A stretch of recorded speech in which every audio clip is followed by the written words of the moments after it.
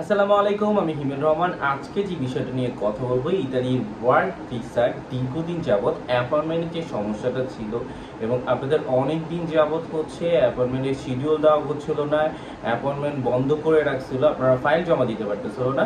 তো এই জন্য হচ্ছে কিভাবে হচ্ছে ওরা ভিসা প্রক্রিয়াটা করতেছে। আপনারা জানেন যে অক্টোবর মাসে হচ্ছে আমাদের 2024-এর অক্টোবরের 22 তারিখ পর্যন্ত যে সকল উল্লাসগুলো ছিল ওগুলো সবগুলোই পোস্টপোন করা হচ্ছে, বা কাইন্ড অফ হচ্ছে এটা হচ্ছে অস্থায়ী বাতিলের মতো করা হয়েছে। যে ভিসা প্রক্রিয়ার ক্ষেত্রে ওরা হচ্ছে বর্তমানে যেটা করতেছে যে মূল্য আস্থাগুলো পূর্ণ যাচাই বাছাই করবে, এরপরে হচ্ছে আপনাদের ভিসা প্রক্রিয়ার জন্য দেখা হবে। এক্ষেত্রে অনেকে দেখা যায় যে আপনাদের ভিসা প্রক্রিয়ার ক্ষেত্রে আপনাদের যারা হচ্ছে স্ক্যান কপির আন্ডারে ছিলেন বা হচ্ছে রিটার্ন পাসপোর্ট নিয়ে বসে আছেন, অথবা নতুন পাসপোর্ট যে অ্যাপয়েন্টমেন্টের জন্য যারা অপেক্ষা করতেছেন, তাদের যে ভিসা প্রক্রিয়াগুলো আছে সবারই হচ্ছে একটা প্রক্রিয়ার মাধ্যমে যে আপনাদের মূল্য আস্থাগুলো ইতালিতে যাচাই বাছাই হচ্ছে, এরপরে হচ্ছে যখন যাচাই বাছাই কমপ্লিট হয়ে গেছে তখন হচ্ছে ফাইল জমা দিতেছে। তো পূর্বে আমি আপনাদের যেটা বলছি যে নতুন করে অ্যাপয়েন্টমেন্ট সিস্টেমটা চালু করবে না, ওরা বর্তমানে হচ্ছে নুল্লাস্তাগুলো প্রথমে কন্ট্রোল করতেছে এবং কন্ট্রোল করার পরে আপনাদের ফাইল জমার জন্য ডাকতেছে বা ডাকবে, এবং আপনাদের ফাইলটা জমার সাথে সাথে হচ্ছে ওরা ভিসা প্রক্রিয়া কাজ করবে। এবং যেটা দেখা যায় আমরা আমাদের অভিজ্ঞতা থেকে বলতে পারবো যে যারা হচ্ছে নতুন করে অ্যাপয়েন্টমেন্ট পায় এবং হচ্ছে যারা পাসপোর্ট জমা দেয় তাদের সবারই হচ্ছে 7 দিনের মধ্যে ভিসা হয়েছে। কোনো কোনো ক্ষেত্রে অনেক সময় 15 দিনও লাগতে পারে যে ভিসা প্রক্রিয়ার ক্ষেত্রে, যে প্রথম নতুন ফাইল জমার ক্ষেত্রে ওদের 15 দিন বা সময় লাগতেছে। তো ওরা যে হচ্ছে অ্যাপয়েন্টমেন্টটা দীর্ঘদিন যাবৎ বন্ধ করে রাখছে এবং এই বন্ধ করার পরেও তারা যে পাসপোর্ট জমা নিছে এবং ফাইল জমা, মানে ওরা সুন্দর করে প্রথম বেড়ার মধ্যে যে 2025 ফেব্রুয়ারি 26 তারিখে যে অ্যানাউন্সমেন্টটা দিছে ইটালি দূতাবাসের ফেসবুক অফিসিয়াল পেজে, ওরা প্রথম বেড়া দেখেন দেখেন বলছে যে যে কর্ম ভিসা আবেদন প্রক্রিয়া বর্তমানে, মানে এখানে বলতেছে যে শেষের লাইনগুলো অনেক সুন্দর করে পড়লে আপনারা বুঝবেন যে বলছে যে বিএফএস গ্লোবালের মাধ্যমে দূতাবাসের পক্ষ থেকে সরাসরি যোগাযোগ করা হলেই কেবল আবেদনপত্র গ্রহণ করা হবে। দেখেন আবেদনপত্রের কথা বলছে, তার মানে হচ্ছে আপনারা প্রথম পর্যায়ে যে ফাইলগুলো জমা দিবেন। এবং সেকেন্ড লাইনে বলছে যে দ্বিতীয় প্যারার মধ্যেও একদম স্পষ্ট করে বলছে যে সকল উল্লাস্তা হচ্ছে আপনার সমসাময়িক স্থগিত একটা প্রক্রিয়ার কথা বলছে, যে আপনাদের নুল্লাস্তাগুলো যে অস্থায়ী বাতিল করা হয়েছে ওই সকল নুল্লাস্তা যাচাই বাছাই করা হচ্ছে। এবং ওরা বলছে যে দূতাবাসে উক্ত নুল্লাস্তা জমা দেওয়ার জন্য বলতেছে যে আপনাদের নুল্লাস্তাগুলো যখন যাচাই বাছাই প্রক্রিয়া হচ্ছে এবং বিএফএস গ্লোবালের মাধ্যমে যখন আপনাদের ফোন দেওয়া হচ্ছে বা মেল করা হচ্ছে যে আপনাদের পাসপোর্ট আর ফাইলটা, মানে টোটাল ফাইলটা যখন জমা দেন, জমা দেওয়ার প্রক্রিয়ার কথা বলছে, অনেক সুন্দর করে বলছে। এবং বলতেছে যে ওরা কোন প্রসেসে হচ্ছে আপনাদের বর্তমানে অ্যাপয়েন্টমেন্টের শিডিউলগুলো দিতেছে।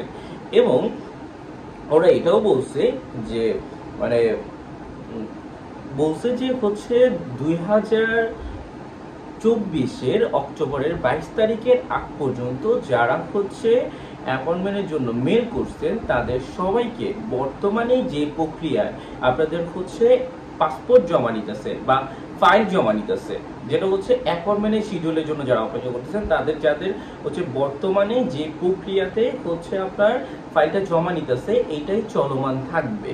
এবং ওরা আরো সুন্দর করে বলছে যে আপনাদের একদম শেষে দেখেন বলছে 22 অক্টোবর 2024-এর পর থেকে যাদের মূল্য আস্থা নতুন করে ইতালিতে ইস্যু হচ্ছে তাদের তাদের শুধুমাত্র তাদের ফাইলগুলা, মানে অ্যাপয়েন্টমেন্টের শিডিউলগুলা নতুন করে এপ্রিল মাসে নতুন করে ওরা একটা নতুন ফরম্যাট হচ্ছে দিবে, যেভাবে হচ্ছে আপনারা খুব সহজেই অ্যাপয়েন্টমেন্টটা নিতে পারেন। এই যে ক্ষেত্রে যেহেতু আপনাদের লেন্দি প্রসেস না হয়, তার মানে মোটামুটি আপনার পুরা হচ্ছে যেটা পোস্টটাই ছিল হচ্ছে এটাকে ঘিরে যে আপনাদের অ্যাপয়েন্টমেন্ট শিডিউলটা, যেটা ওরা দীর্ঘদিন যাবৎ আপনাদের অ্যাপয়েন্টমেন্ট যে সিস্টেমটা এটা বন্ধ করে রাখছিল। এবং এই যে সিস্টেমটা বন্ধ করে রাখার পরে ওরা নিজেরা যেমন ওরা সুন্দর করে ওরা যেমন বিএফএস এর মাধ্যমে যে আপনার ফাইলগুলো জমা নিতেছিল, আসলে এটা কি প্রক্রিয়া ছিল, কিভাবে ওরা নিতেছে, এটার জন্য হচ্ছে ওরা একটা অফিসিয়াল অ্যানাউন্সমেন্ট দিচ্ছে, যেটা ওনাদের প্রথমেই দেওয়া দরকার ছিল। ওরা দীর্ঘদিন যাবত হচ্ছে এই প্রক্রিয়াতেই হচ্ছে ফাইল জমা নিতেছিল, অনেকেই জানতো। আমি আপনাদের বারবার বলছি যে আসলে কিভাবে আপনাদের নতুন করে ফাইল জমা নিতেছে, বা অনেকে যারা হচ্ছে হোয়াটসঅ্যাপ, টেলিগ্রাম বিভিন্ন গ্রুপে বা ফেসবুক সোশ্যাল গ্রুপে আছে, তারা অনেকে নিজেদের সাথে আলোচনা করলে এই বিষয়গুলো জানতে পারেন। এখন এই যে দেখেন, এটা এই অফিসিয়াল আপডেটটা এখন দেওয়ার মূল কারণ হচ্ছে যেহেতু ইতালি অ্যাম্বাসির মধ্যে একটা সিন্ডিকেট প্রকাশ পেয়েছে। এখন এই যে ঝামেলাটা হওয়ার পরে ওনারা হচ্ছে, আমরা কিন্তু অনেকেই জানি যে আসলে দোষটা এতদিন আমাদের দিকে দেওয়া হয়েছে, এখন দোষটা কিন্তু ওনাদের দিকে চলে গেছে। এই জন্য হচ্ছে ওনারা হচ্ছে কোনো প্রকার হচ্ছে একটা ল্যাকিংস লাগতে চাইতেছে না। ওরা চাইতেছে হচ্ছে যেন কোনো প্রকার ঘাটতি না থাকে এবং আপনারা যেন বিচলিত না হন। তবে আমার যেটা মনে হয় যে হচ্ছে এই যে এপ্রিল মাস পর্যন্ত যে একটা হচ্ছে একটা যারা হচ্ছে নতুন নুল রাস্তা ইস্যু হয়েছে এবং 22 তারিখের পর থেকে, অক্টোবর মাসের 22 তারিখ পর থেকে যাতে নতুন নুল রাস্তা উঠছে, তাদের উদ্দেশ্য করে যেটা বলছে, আপনারা নতুন করে অ্যাপয়েন্টমেন্ট হচ্ছে সিস্টেমটা নতুন করে আপনারা পাবেন। এখন কিভাবে পাবেন এই সিস্টেমটা হচ্ছে, এটা নিয়ে অন্য কখনো আলোচনা করবো যে কি নতুন কি সিস্টেম হচ্ছে।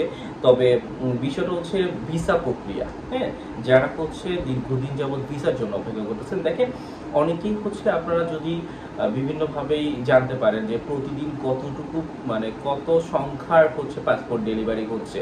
পাসপোর্ট ডেলিভারি মোটামুটি কিন্তু 100-র অধিক হচ্ছে, 100-র মধ্যে না।